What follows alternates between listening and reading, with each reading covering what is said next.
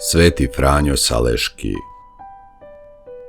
Kad je Franjo Saleški, izdanak francuske plemićke obitelji, studirao u Parizu, nije samo katolička crkva oko njega bila u dubokoj krizi.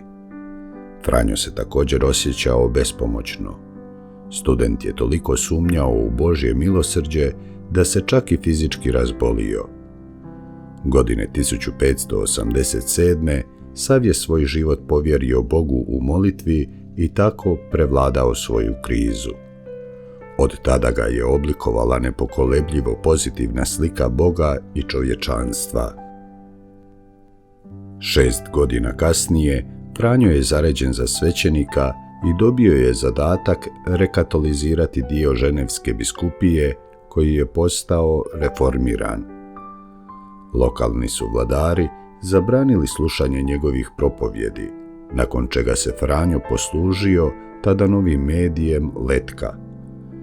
Njegov razumljiv stil, pun poštovanja, bio je uspješan i za nekoliko godina regija je ponovno postala katolička.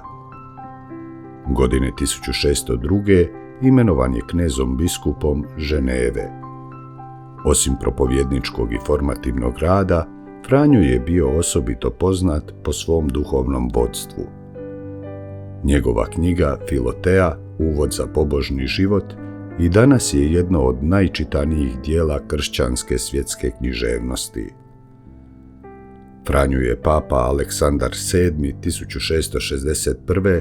proglasio blaženim, a 1665. svetim.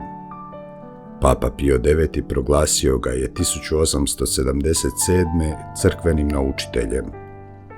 Papa Pio XI proglasio ga je 1923. zaštitnikom novinara i književnika. Njegov spomendan je 24. siječnja.